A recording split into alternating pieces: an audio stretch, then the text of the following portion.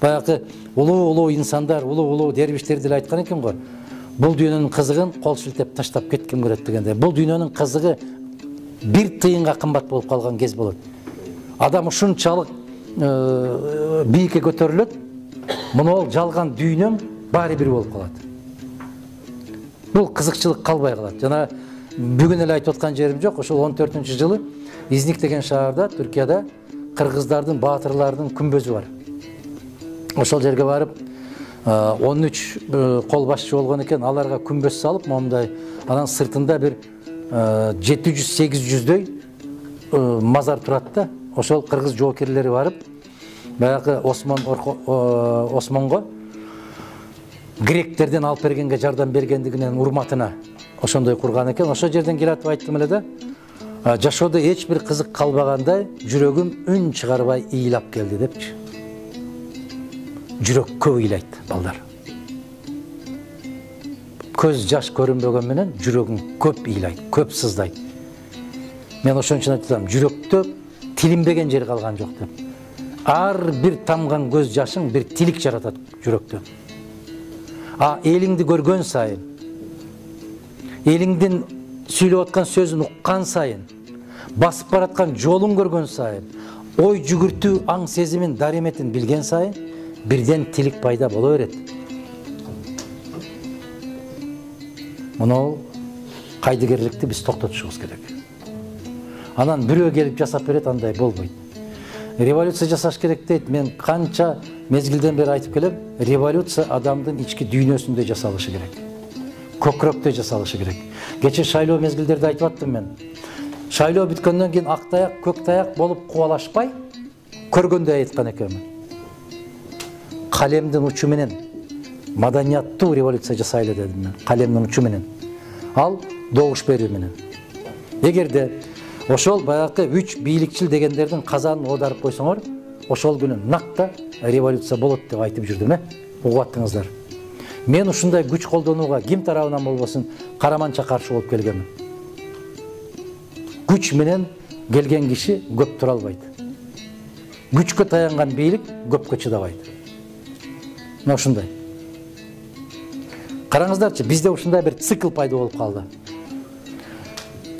Көтөрүп, ошол деңгээлге жеткирди. Абсамат Масалевич. Келип, Абсамат Масалевичтин мыйзамсыз, баягы шайланган жеринен бюллетендерди эптеп, катып чыгышып, уткан жеринен утулду кылып чыгарышып койду.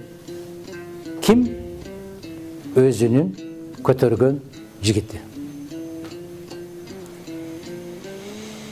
Ал жигит эмнени көрдү? Өзүнүн өкмөт башчысынан ошону көрдү. А киши келип, Атамбаевди премьер-министр кылды, өзүнүн өкмөт башчысы кылган кишисинен көрдү. А киши келип, өкмөт башчысы болуш түшүмө да кирген эмес деген Жээнбековду алып барып өкмөт башчысы кылды, өзүнүн өкмөт башчысынан бу киши да көрдү.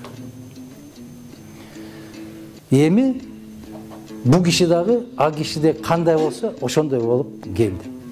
Ушул айлампаны токтотпойлу садакаларым. Токтотпойлу ушул айлампаны. Анан бир мындай бир жаман бир атта калгандай, бүт баары 61 жаш. Акаев кетти 61-де, Бакиев кетти 61-де, Апчемди мен эсептебейм. Атамбаев кетти 61-де, бул кетти 61-де, бул токтотпойлу. Себеп эли каны качкан элдин куну качат деген жер бар да. Ушуну токтотушубуз керек. Анан момундай жол менен келбеш керек. Баскын менен басып алган нерсе көпкө турбайт. Канчалаган империяларда тура алган эмес. Эми үчүн биздин ислам дүйнөсү 1,5 миң жылдан бери турат. Эми үчүн эч баскын жолу менен басылып алган эмес, ишеним жолу менен. Биз ошол жол менен бараткан инсандарбыз деп атканымдын өзү ушул. Экинчиден бир хадистердин бирөөсүндө ушундай деп айтылат дагы, өзүн өзү кызматка сунуштап жулунган кишиден качкыла дейт да. Себеп ал Аллахтын колдоосуна ээ болбойт да, аягында зыян тартуучулардан болот дейт. Ошондуктан биз жулумган жокпуз. Биз баягындай болуп, булардын ыкмасына салган жокпуз. Биз четте турдук, тек гана конституциялык талаагы кел деп талап кылып коюп аттык. Мана Бишкектегилер дагы баары бир добуштан айтат, эң маданияттуу, эң тартиптүү партия, үлгү партия бул бүтүн Кыргызстан деп айтат. Биздин душмандарыбыз да мойнуна алат. Биз ушул жол менен барабыз, Кудай кааласа. Биздин жолубуз мындай убактылуу жарык этип анан өчүп калчу жол эмес. Буюрса көптөн көп дуа кылганыбызда ушундай кылабыз. Узак жылдарга эли журтубузга кызмат кылганды насип эткин деп. 1441 жыл азыр ислам санагы, хижра санагы боюнча 1400 жылдан бери акты ак деп айта албай, далилдей албай аткандан кийин Мадумаров ким аны далилдеп бергендей? Биз туура жолго салууну каалабаган инсандардын көзүнө парда тартабыз, кулагына тыгын тыгабыз, көкүрөгүнө мөөр басабыз дейт. А эгер Нурбек мынол кой же болбосо мынол суу деп турсаң, эгер Аллах ошонун көзүнө парда тартып, кулагына тыгын салып койгон болсо, бул суу эмес дейт сага. Бул бөтөлкө эмес, бул балта дейт. Сен далилдей албайсың бул суу экенин. Мына ошондой деңгээлге жеткенден Кудай сактасын. Же Кудайга ишенбейт, же Кудайдан коркпойт, же мыйзамга ишенбейт, же конституциядан коркпойт дегендей чубак чыркырап айтып кетти. Мен Казакстанга барып калсам дейт.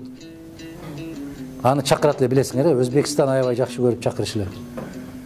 Нечен миң, 10 миң жыйналганбы, башка жыйналганбы, ошол жерде баягындай даават болуп, насаат айтылып аткандан кийин казак жигиттер чуркурап атат дейт.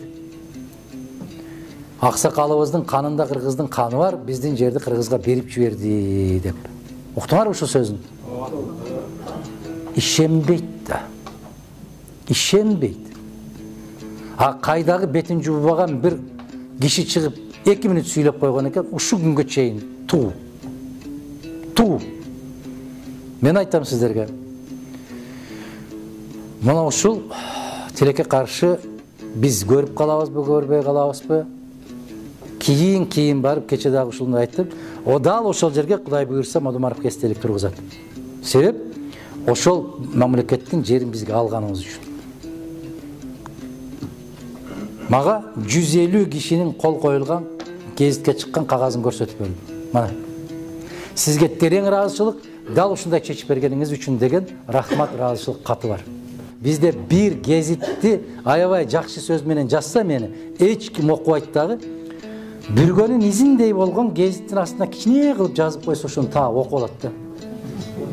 Анан көтөрүп жүрө берет, ушу гезитте ушундай деп турган. А үстүндө эмне деп жазылыптыр, көрбөйт. Ал болбойт, аны айтса болбойт. Ошондуктан эми ар бирибизге инсап берсин, жараткандын колундабыз.